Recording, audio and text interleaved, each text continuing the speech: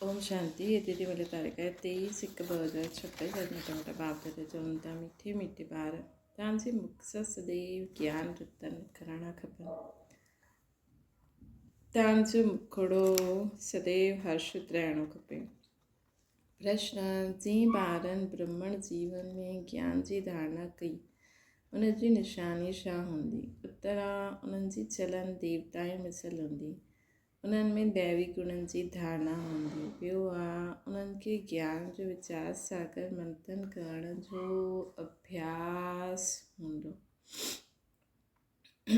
उहो कॾहिं आसरी ॻाल्हियुनि जो अर्थात किचिड़े जो मंथन न कंदा। उन्हनि जे जीवन सां गाली ॾियणु ग्लानी करणु बंदि थी वेंदो। उन्हनि जे मुखड़ो सदैव हर्षित रहंदो। इहा आहे ब्रह्मण जीवन में ज्ञान जी धारणा। ओम शांति। बाप वे सम्झाईंदा आहिनि ज्ञान ऐं भक्ति जे मथां। इहे त ॿार सम्झी विया आहिनि, भक्ति सां सदगति न थींदी आहे। सतयुग में भक्ति हूंदी न आहे, ज्ञान बि सतयुग में मिलंदो न आहे। श्री कृष्ण न भक्ति कंदा हुया न ज्ञान जी मुरली वॼाईंदा हुया। मुरली माना ई ज्ञान ॾियणु, गायन बि आहे न। मुरली में जादू आहे त ज़रूरु कोई जादू हूंदो, न सिर्फ़ु मुरली वॼाइणु, उहो त कॉमन फ़क़ीर माण्हू बि वॼाईंदा रहंदा आहिनि। हिन मुरली में ज्ञान जो जादू आहे। अज्ञान जो जादू त न चईंदासीं, मुरली खे जादू चईंदा आहिनि। मनुष्य खां देवता ठहिणो आहे ज्ञान सां। जॾहिं सतयुग आहे त हिन ज्ञान जो वरसो आहे, हुते भक्ति हूंदी न आहे। भक्ति हूंदी आहे द्वापर खां, जबकि देवताउनि खां मनुष्य ठही वेंदा आहिनि। मनुष्यनि खे विकारी, देवताउनि खे निर्विकारी चइबो आहे। देवताउनि जी सृष्टि खे पवित्र दुनिया चइबो आहे। हाणे तव्हां देवता ठहो था। ज्ञान कंहिंखे चइबो आहे? हिकु त स्वयं जी व बाप जी पहचान, पोइ सृष्टि जे आदि मध्य अंत जी नॉलेज खे ज्ञान चइबो आहे। हिकु त स्वयं जी व बाप जी पहचान, ज्ञान कंहिंखे चइबो आहे? सृष्टि जे आदि मध्य अंत जी नॉलेज खे ज्ञान चइबो आहे। ज्ञान सां थींदी आहे सदगति। पोइ भक्ति शुरू थींदी त उतरती कला चइबो आहे न। शुरू भक्ति खे राति, ज्ञान खे ॾींहुं चइबो आहे। इहे त कोई जी बुद्धि में वेही सघंदो आहे, है न, कि भक्ति खे राति, ज्ञान खे ॾींहुं चइबो आहे। ये त कोई जी बि बुद्धि में वेही सघंदो आहे, परंतु दैवी गुण धारण न कंदा आहिनि। दैवी गुण हुजनि त सम्झी वञनि ज्ञान जी धारणा आहे। ज्ञान जी धारणा वारनि जी चलन देवता मिसल थींदी। कम धारणा वारे जी चलन मिक्स रहंदी। धारणा न त गोया उहा ॿार बि न। मनुष्य बाप जी केतिरी ग्लानी कंदा आहिनि। ब्राह्मण कुल में ईंदा आहिनि त गाली ॾियणु ग्लानी करणु बंदि थी वेंदो आहे। तव्हांखे ज्ञान मिलियो आहे, हुन ते पंहिंजो वीचार सागर मंथन करण सां अमृत मिलंदो। वीचार सागर मंथन ई न कंदा त बाक़ी छा थींदो? आसरी वीचार, उन्हनि खे किचिड़ो चइबो आहे। हाणे तव्हां ईश्वर जा स्टूडेंट आहियो, ॼाणंदा आहियो मनुष्य खां देवता ठहिण जी पढ़ाई पढ़ूं था। देवता ईअं पढ़ाई न पढ़ाईंदा आहिनि। देवताउनि खे कॾहिं ज्ञान जो सागर न चइबो आहे। ज्ञान जो सागर त हिक खे चइबो आहे न। दैवी गुण बि ज्ञान जो धारणा, दैवी गुण बि ज्ञान सां धारण थींदा आहिनि, है न। ज्ञान जो सागर त हिकु ई बाबा खे चइबो आहे न। दैवी गुण बि ज्ञान सां ई धारण थींदा आहिनि। देवताउनि खे ज्ञान जो सागर न चईंदासीं। ये ज्ञान जो तव्हां ॿारनि खे हाणे मिलंदो आहे, इहो सतयुग में न थींदो आहे। हिन देवताउनि में दैवी गुण आहिनि। तव्हां महिमा बि कंदा आहियो सर्वगुण संपन्न। त हाणे तव्हांखे अहिड़ो ठहिणो आहे। पंहिंजे खां पुछणो खपे, असां में सभु दैवी गुण आहिनि या कोई आसरी गुण आहिनि? अगरि आसरी गुण आहिनि त उन्हनि खे कढी ॾियणो खपे, तॾहिं त देवता चईंदासीं न त कम दर्जो पाए वठंदो। हाणे तव्हां ॿार दैवी गुण धारण कंदा आहियो, तव्हां सुठी सुठी ॻाल्हियूं ॿुधाईंदा आहियो। इनखे चइबो आहे पुरुषोत्तम संगम युग। जबकि तव्हां पुरुषोत्तम ठहो था त वातावरण बि ॾाढो शुद्ध हुजिणो खपे। मुख सां कोई बि छीछी ॻाल्हि न निकिरे, न त का चइबो इहे कम दर्जे जा आहिनि। बोल चाल वातावरण सां झटि पतो पइजी वेंदो आहे। तव्हांजो मुखड़ो सदैव हर्षित रहणो खपे, न त हुन में ज्ञान न चईंदासीं। मुख सां सदैव ज्ञान रत्न करणा खपनि। इहे लक्ष्मी नारायण ॾिसो केतिरा हर्षित मुख आहिनि। इन्हनि जी आत्मा ज्ञान रतन धारण कया आहिनि। मुख सां सदैव ज्ञान रतन निकिरंदा। रतन ई ॿुधाईंदा केतिरी ख़ुशी रहंदी आहे। ज्ञान रतन जो हाणे तव्हां वठंदा आहियो, पोइ इहा हाणे हीरे जवाहरात ठही वेंदा। नवरत्ननि जी माला कोई हीरे जवाहरातनि जी न हूंदी आहे, इन ज्ञान रतन जी माला आहे। मनुष्य माण्हू पोइ उते रतन सम्झी अंगूठी आदि पाइनि। नवरत्ननि जी माला कोई हीरे जवाहरातनि जी न हूंदी आहे, हिन ज्ञान रतन जी माला आहे। इन ज्ञान रतन जी माला पुरुषोत्तम संगम युग ते ठहींदी आहे। इहे रतन ई तव्हांखे भविष्य 21 जन्मनि जे लाइ मालामाल ठाहींदा आहिनि। इन्हनि खे कोई लूटे न सघे। हिते तव्हां इहे हीरे जवाहरात पायो त झटि कोई लूटे वेंदा। उहो पंहिंजे खे ॾाढो समझदार ठाहिणो। आसरी अवगुण खे कढणो आहे। आसरी अवगुण सां शक्ल ई अहिड़ी थी वेंदी। क्रोध में लाल तांबे जहिड़ी शक्ल थी वेंदी। काम विकार वारनि खे कारो ठही वेंदा आहिनि।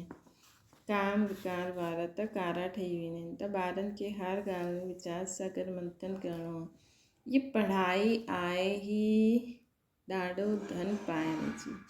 उहा पढ़ाई कोई रतन थोरी आहे। हा, नॉलेज पढ़ी करे उते पोजीशन पाए वठंदासीं त पढ़ाई कम आई, न कि पैसो। बाबा चवनि था इहा पढ़ाई आहे ॾाढी धन पाइण जी। उहा पढ़ाई कोई रतन थोरी आहे। हा, नॉलेज पढ़ी करे पोजीशन मिलंदा आहिनि त पढ़ाई कम आई न, पैसो न। पढ़ाई ई धन आहे।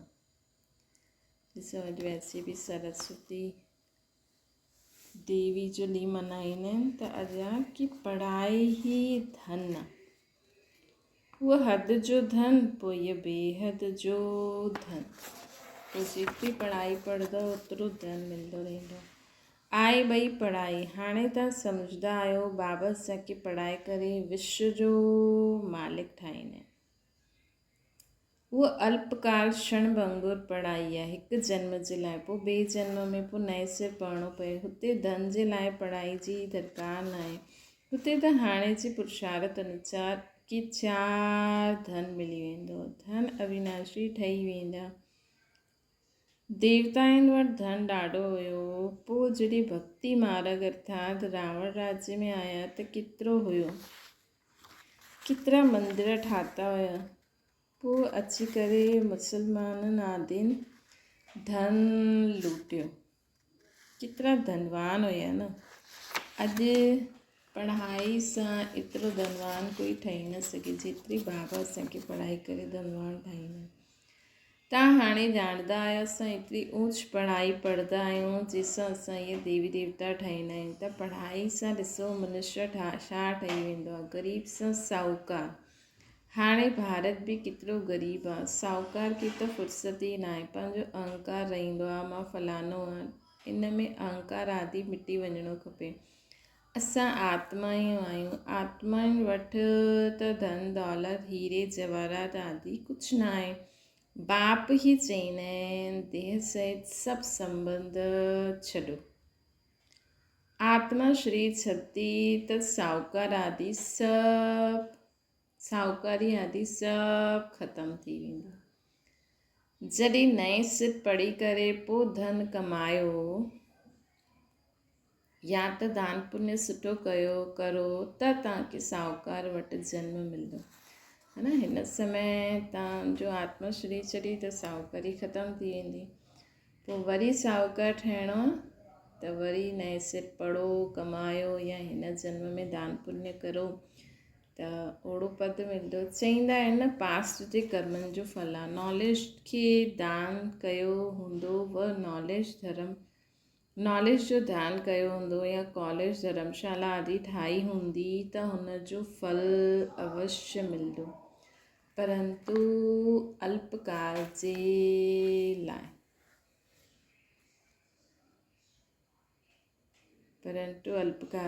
ये दान पुण्य बि हिते कबो आहे न, सत्युग में न कबो आहे। सत्युग में सुठा ई कर्म हूंदा। छो जे हाणे जो वरसो मिलियलु हूंदो न, हुते कोई जो बि विक्रम हूंदो न आहे। छो जे रावण ई न आहे, ग़रीबनि जो बि विक्रम न ठहींदो हिते त साहूकारनि जी बि विक्रम ठहींदा आहिनि, तॾहिं त इहे बीमारी आदि दुख ॾींदा ई आहिनि। हुते विकार में वेंदा ई न आहिनि त विक्रम न ठहींदा आहिनि। सॼो मदारा कर्मनि ते इहे माया रावण जो राज्य आहे जो मनुष्य विकारी ठही वेंदा आहिनि। बाप जी करे पढ़ाईंदा आहिनि निर्विकारी ठाहिण लाइ। बाबा निर्विकारी ठाहींदा आहिनि, माया पोइ विकारी ठाहे छॾंदी आहे। रामवंशी रावणवंशी जी युद्ध हलंदी आहे। तव्हां बाप जा ॿार आहियो, उहे रावण जा ॿार आहिनि। केतिरा सुठा सुठा ॿार माया सां हार खाई वठंदा आहिनि। माया ॾाढी ई प्रबल आहे, बाबा त चईंदा आहिनि माया ॾाढी प्रबल आहे, लेकिन असां सोचूं माया प्रबल त असां गॾु बाबा त सर्वशक्तिवान आहे। असां ईअं न सोचूं माया ॾाढी प्रबल आहे त ढुकी करे वेही रहो। उहा आई त आहे, लेकिन बाबा सां गॾु आहे न, पोइ बि उमेदु रखंदा आहिनि। अधम सां अधम बिल्कुलु पतित जो बि उद्धार करिणो हूंदो आहे। बाबा खे त सॼे विश्व जो उद्धार करिणो हूंदो आहे। ॾाढा किरदा आहिनि, हिकदमि चट खाते में अधम सां अधम ठही वेंदा आहिनि। अहिड़नि जो बि उद्धार बाबा कंदा आहिनि।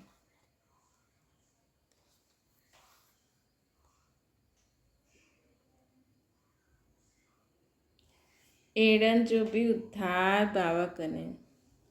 अधम त सभु आहिनि रावण राज्य में, परंतु बाबा बचाईंदा आहिनि। पोइ बि किरदा रहंदा आहिनि त ॾाढा अधम ठही वेंदा आहिनि। उन्हनि खे पोइ एतिरो चढ़ण न हूंदो आहे, उहो अधमपनो अंदरि खाईंदो रहंदो आहे। जीअं तव्हां चईंदा आहियो न अंतकाल जो सिमरे, उन्हनि जी बुद्धि में उहो अधमपनो ई ईंदो रहंदो आहे। त बाप बि ॿारनि खे सम्झाईंदा आहिनि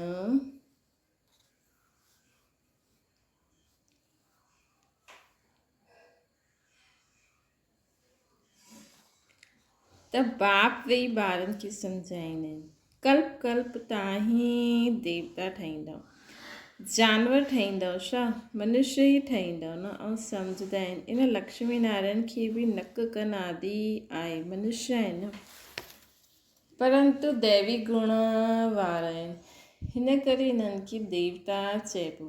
इहे अहिड़ा सुंदर देवता कीअं ठहींदा आहिनि, पोइ कीअं किरदा आहिनि, इहे चकर जो तव्हांखे मालूम पइजी वियो त वीचार सागर मंथन कंदा हूंदा जो उन्हनि खे धारणा बि सुठी थींदी। वीचार सागर मंथन ई न कंदा त बुद्धू ठही वेंदा। मुरली हलाइण वारे जो वीचार सागर मंथन हलंदो रहंदो। हिन टॉपिक ते इहे सम्झाइणो आहे। ऑटोमेटिकली वीचार सागर मंथन हलंदो। फलाणे अचण वारा आहिनि, उन्हनि खे बि उल्लास सां सम्झाईंदासीं। मतिलबु ईअं वीचार सागर मंथन करो। थी सघंदो आहे कुझु सम्झी वञनि भाग्य ते। कोई झटि निश्चय कंदा, कोई न कंदा। उमेदु रखबी आहे, हाणे न त अॻियां हली करे सम्झंदा ज़रूरु। मतिलबु उमेदु ज़रूरु रखो, ईअं छॾे न ॾियो। उमेदु रखणु खपे, उमेदु रखणी खपे न। उमेदु रखणु माना सर्विस जो शौक़ु रखणु, थकिणो न आहे। भई कोई पढ़ी करे पोइ अधम ठही वेंदा आहिनि, ईंदा आहिनि त ज़रूरु उन्हनि खे विज़िटिंग रूम में विहारिबो व चइबो हली वञ। छा कबो, ज़रूरु पुछंदा एतिरा ॾींहं छो न आया, चईंदा माया सां हार खाई वरिती। एतिरा ढेर ईंदा आहिनि, सम्झंदा आहिनि ज्ञान ॾाढो सुठो हुयो, परंतु माया हराए ॾींदी आहे। स्मृति त रहंदी आहे न, भक्ति में त हारण ऐं जीतण जी ॻाल्हि ई न आहे। ये नॉलेज धारण करण जी आहे। हाणे तव्हां बाप द्वारा सची गीता ॿुधंदा आहियो, जंहिंसां देवता ठही वेंदा आहियो। बिगर ब्राह्मण ठही देवता ठही न सघंदा। बिगर ब्राह्मण ठहे देवता ठही न सघंदा। क्रिश्चन पारसी मुस्लिम ब्राह्मण हूंदा ई, क्रिश्चन पारसी मुस्लिमनि में ब्राह्मण हूंदा ई न आहिनि। ये सभु ॻाल्हियूं हाणे तव्हां सम्झंदा आहियो। तव्हां ॼाणंदा आहियो अलफ़ खे यादि करिणो आहे।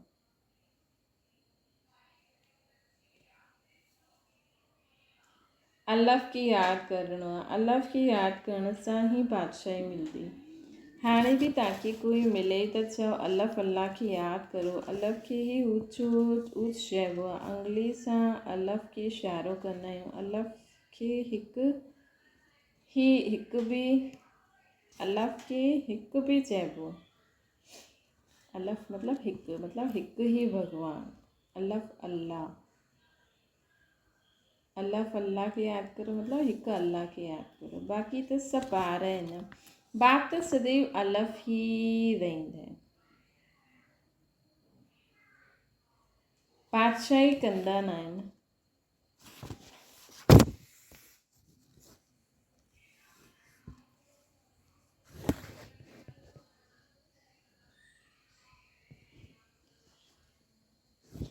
ज्ञान बि ॾींदा आहिनि, पंहिंजो ॿार बि ठाहींदा आहिनि। त ॿारनि खे केतिरी ख़ुशी रहणी खपे।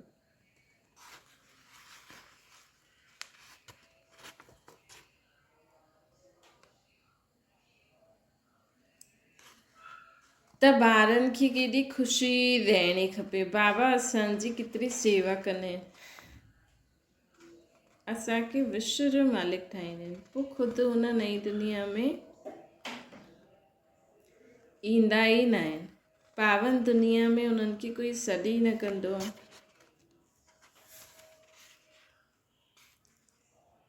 पत ते ई सॾु कंदा आहिनि। पावन दुनिया में छा अची करे कंदा बाबा ओतिरो समय मथे विश्राम कंदा आहिनि।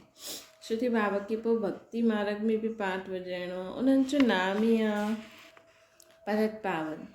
त पुराणी दुनिया खे नयो ठाहिण जी उन्हनि जी ड्यूटी आहे न। बाप जो नाम ई आहे शिव ऐं सालिग्राम ॿारनि खे चइबो आहे।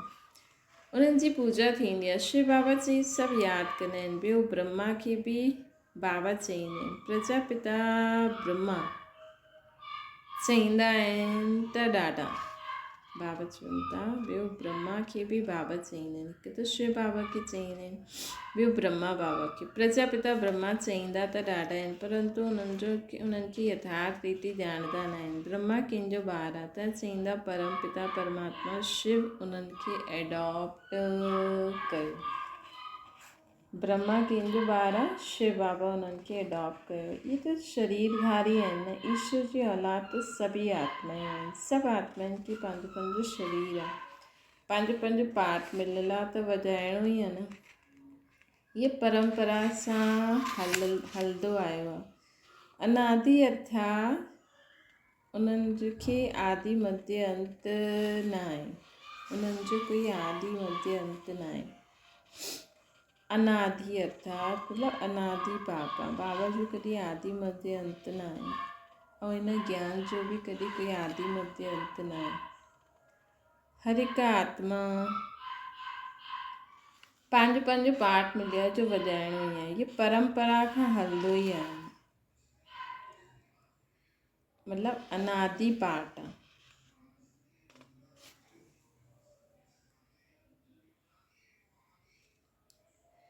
अनादि अर्थात जंहिंजो आदि मध्य अंत न हुजे,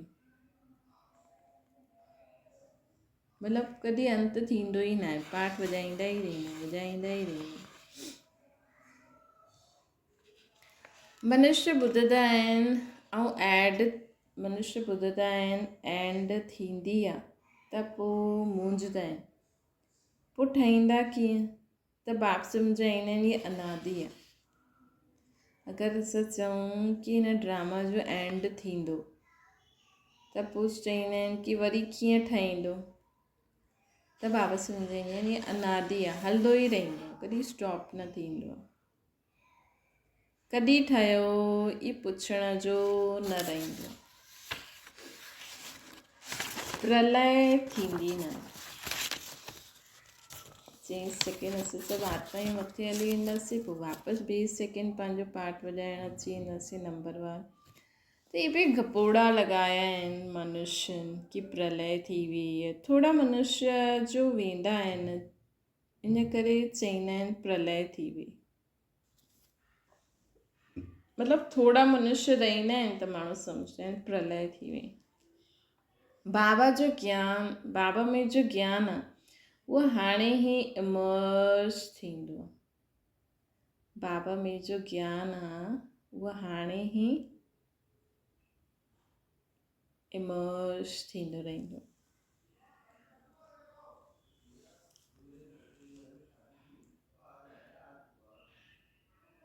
बाबा में जो ज्ञान आहे उहो हाणे इमर्ज थींदो रहंदो। इन लाइ चइबो आहे सॼे सागर साही ठाहे छॾियो त बि पूरो न थींदो। एॾो ज्ञान बाबा में हूंदो।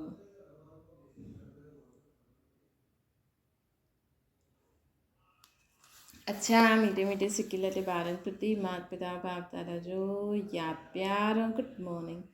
रूहानी बाप जी सभिनि रूहानी ॿारनि खे नमस्ते। असांजी बि रूहानी माता पिता बाप दादा खे यादि प्यार गुड मॉर्निंग ऐं नमस्ते। धारणा जे लाइ मुख्य सार, पंहिंजे हर्षित मुखड़े सां बाप जो नाम बालो करिणो, ज्ञान रतन ॿुधणो ऐं ॿुधाइणा आहिनि।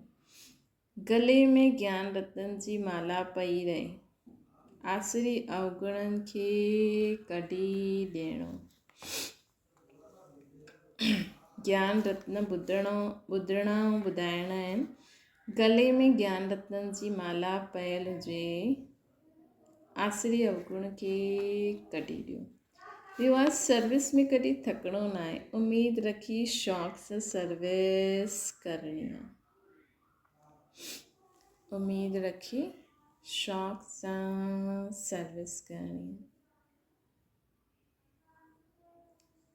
सर्विस में कॾहिं थकिणो न आहे, उमेदु रखी शौक़ सां सर्विस करणी।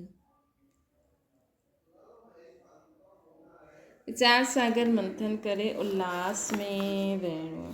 वरदान, कंफ्यूज थियण जे बजाय लूज़ कनेक्शन खे ठीकु करण वारा समस्या मुक्त ठहो। सभी समस्याउनि जो मूल कारण आहे कनेक्शन लूज़ थियणु। सिर्फ़ु कनेक्शन खे ठीकु करो त सर्व शक्तियूं तव्हांजे अॻियां घुमंदियूं। यदि कनेक्शन जुड़ण में 1-2 मिंट लॻी बि वेंदा त हिमत हारे करे कंफ्यूज़ न थियो। निश्चय जे फाउंडेशन खे हिलायो न। मां बाबा जो, बाबा मुंहिंजो, हिन आधार सां फाउंडेशन खे पको करो त समस्या मुक्त थी वेंदा।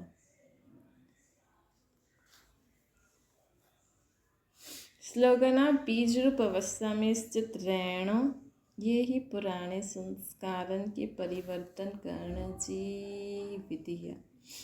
बीज रूप अवस्था में रहण, ये ही पुराने संस्कार स्वभाव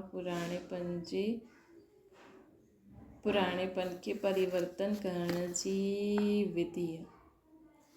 अव्यक्त शारवा, जॾहिं सेवा में व पंहिंजे पुराणे संस्कारनि खे परिवर्तन करण में सफलता न मिलंदी आहे त कोई न कोई विघ्न जे वश थी वेंदा आहियूं। पोइ उन्हनि सां मुक्त थियण जी इच्छा रखंदा आहियूं, लेकिन बिना शक्ति जे ये इच्छा पूर्ण न थी सघंदी आहे। हिन करे अलंकारी रूप ठहो। है न कोई विघ्न जे वश थी वेंदा आहियूं त सफलता न मिलंदी आहे। त हुन सां मुक्त थियण जी इच्छा त आहे, लेकिन जब बिना शक्ति जे थोड़ी थी सघंदो। त बाबा चवनि था अलंकारी रूप ठहो, शक्ति रूप धारण करो त बंधन मुक्त थी वेंदो। शक्ति रूप धारण करो त बंधन मुक्त थी वेंदो। अच्छा, ओम शांति। बाबा की याद करो।